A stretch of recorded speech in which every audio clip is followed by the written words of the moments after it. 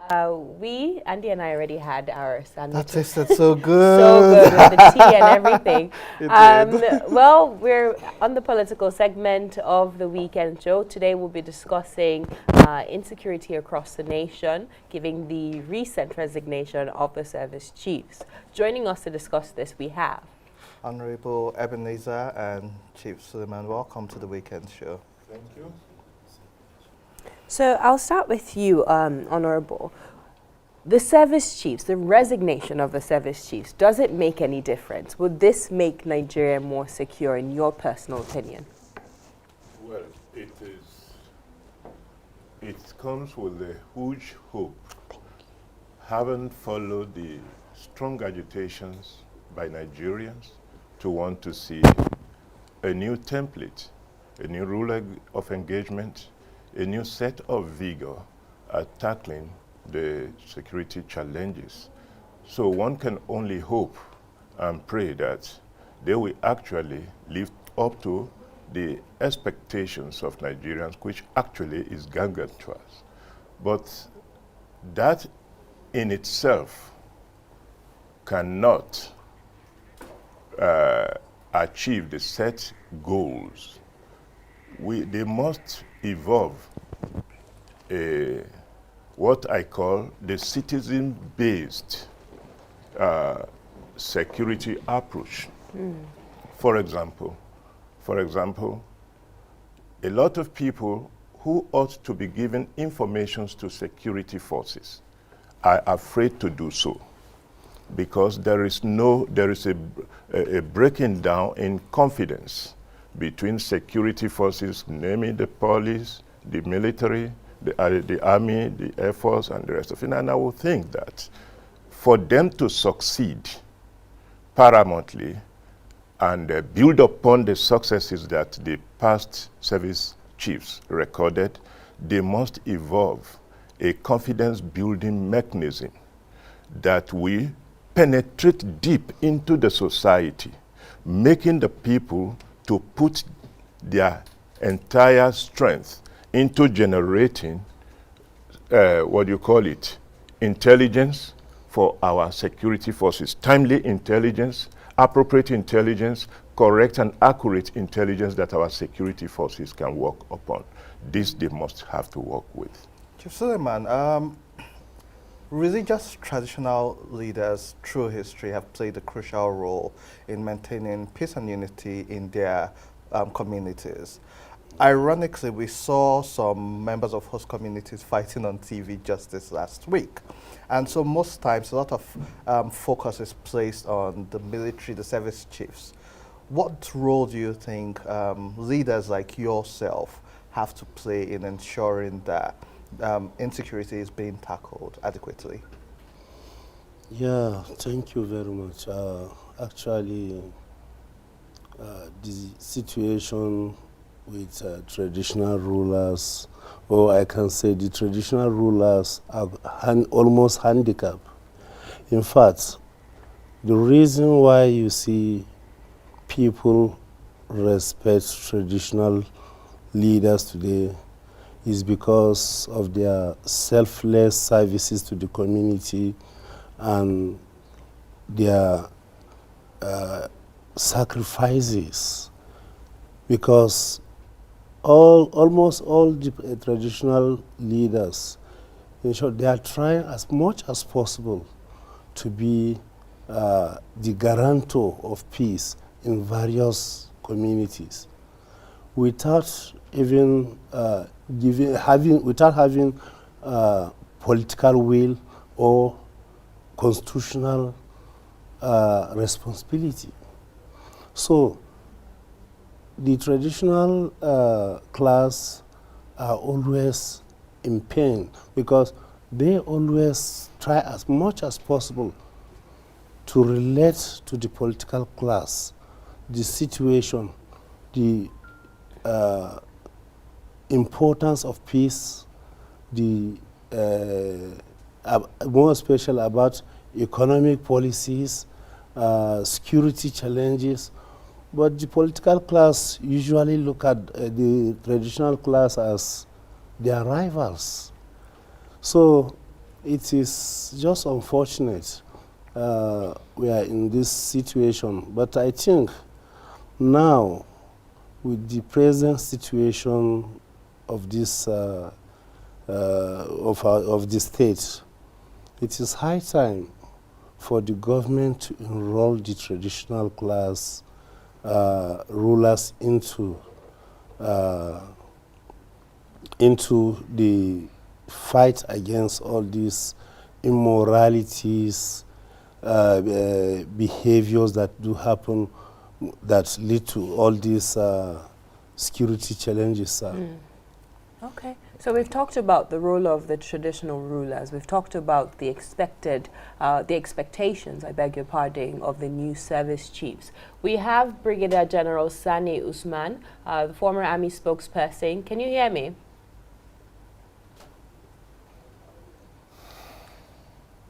Okay, good morning. It seems like it's me that can't hear you properly. But since you can hear me, talk to me more about the role of the citizen. What role do you think that we as the people we need to take on right now in order to protect our lives and our properties moving forward?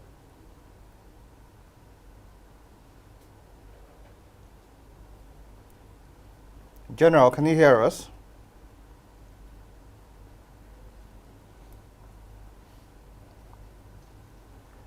Okay, so while we wait for General to join us, so we've spoken about the military, we've spoken about traditional rulers, but the political class, they play a major role in what's going on because they have the political power and constitutional power, which Chief said they don't necessarily have.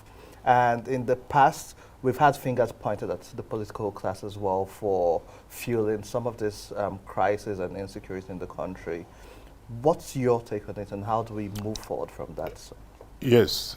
Paramountly, we must examine the root cause so that we will not be addressing the surface of the issues. There are fundamentally three classes of people in politics.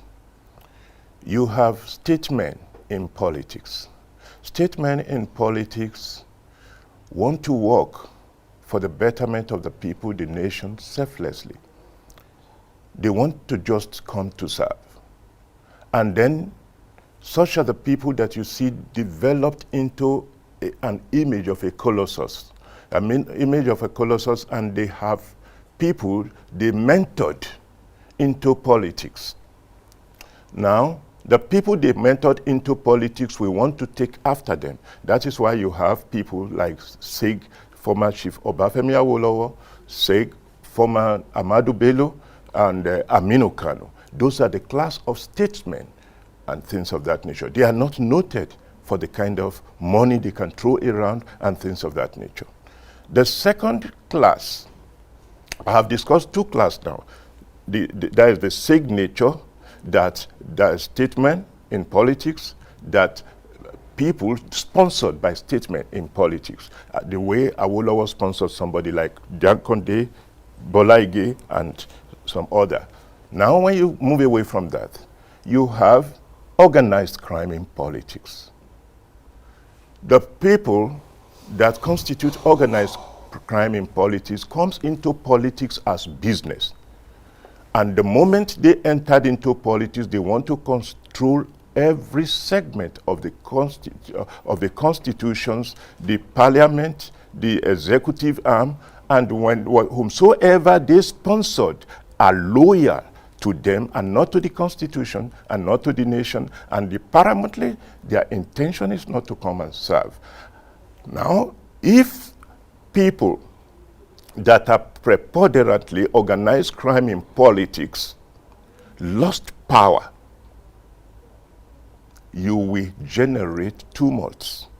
They can decide to bomb even a whole plaza where there are just only civilians. Now you will be asking, what is the sense in terrorism, bombing a plaza where there are no military, where there are no... It is the work of organized crime in politics. They will make sure that countries become ungovernable and things of that nature. And that is why I said, everyone must put our hand on the deck to resolve the security challenges that are confronting Nigeria today, because preponderantly there are security challenges that is erupting from the spirit of do-or-die politics that are being powered by organized crime in politics. Our traditional ruler has spoken well, but I have a little disagreement with him. The role the traditional ruler ought to play, because these are the people that are classically closer to the people, to the grassroots. You know those whom you can recommend for political position.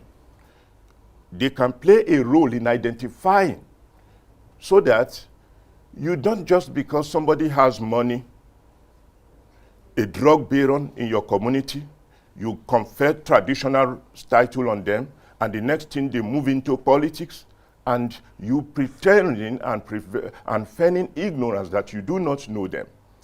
We know everyone. And that is why I said the government at the federal level must connect the government at the state level, connect the government at the local level, connect the traditional ruler at the first class of the traditional ruler, second class traditional ruler, third class traditional ruler. If the Baales constitute fourth class, let us go down that way, and public opinion molders, we engage them, and we begin to cultivate the right mental attitude, the right structural attitude to one another. So if I hear you correctly, it's a whole ecosystem. It's a whole system that needs to function, in unison as one for us to be able to quell this political and security tension. But I think we have Brigadier General Sani Usman back on the phone. Can you hear us now? Hello. Okay, seems we're having technical issues, so we'll have to forfeit that interview. We'll hope you exceed when next we call on you on our program. But let me give you the final word, sir. So I asked him earlier, but he couldn't hear me, about the role of the citizens. Yes, we talk about government. We know what we demand of the government. The service chiefs are just 4 out of 27 heads of security apparatuses in Nigeria. So that their work is actually to fight external threats to the country. So when you're talking about internal security, we the citizens have a critical and a very pertinent role to play. So in your opinion, what do we the people need to do to continue to protect ourselves? Because the reality is that we've been doing so for too long. You hire your own your private security wherever you're going, so we've been doing that since time immemorial. What do we need to do to continue to protect ourselves, and also help the government achieve its purpose, achieve its mission to secure our nation? Thank you very much. This question is just a simple approach. If the government are sincerely ready, I'm telling you, it is very easy as possible. First of all, connect to all these traditional class. They know each and every body in their community, from the emir to the district head to the village heads.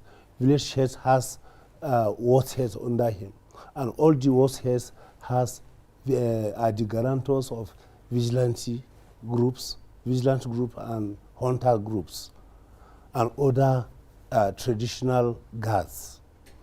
Each and every of these structure should work within their area. I'm telling you, and also let the village heads or the traditional class manage uncultivated land. For example, I'm telling you, all this will be over. With just simple approach, will be over. Because if everybody will take care of its environment, by the time the traditional class have political will to ask somebody, who are you? I'm telling you, everything will be minimized. It will take care of 75%. So it seems like we are not ready. The political class, people look at us as if we don't know the political know-how of the modern politicians, just as the Honorable now is blaming the blame of, because they have the political will. They do anything they want to do with the Constitution give them that power. Just imagine what happened in Kano. You understand? Governor, first-class chief, was just bundled out. Just imagine. Yeah. You understand? We'll definitely have to allocate more time to this conversation. This 15 minutes does not we do should us do a follow-up. justice. Yes, we have to do a follow-up. So we will be inviting the both of you again to the program to discuss. But unfortunately, we ran out of time. Thank you so much for your time. You can watch this and many more programs on our website, www.tostvnetwork.com. Follow us on social media at Weekend Show NG Weekend on Show NG, Twitter, Andy Facebook, Madaki, and Osaso Igminadian on Instagram, Facebook, and Twitter.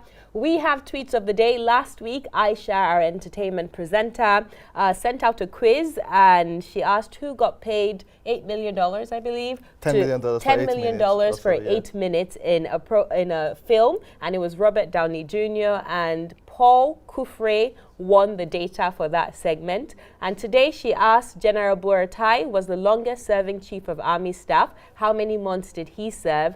And Miriam Damilola, Mrs. G on Twitter answered 66 months. You're correct. So you win 5 gigabytes of data. Okay, keep sending in your comments to our social media handles. Keep interacting with us and you'll be able to win a prize as well. We'll see you same time, same place next week. And until then, take very good care of yourself. Keep practicing social distancing, washing your hands and wearing your face mask. God bless you.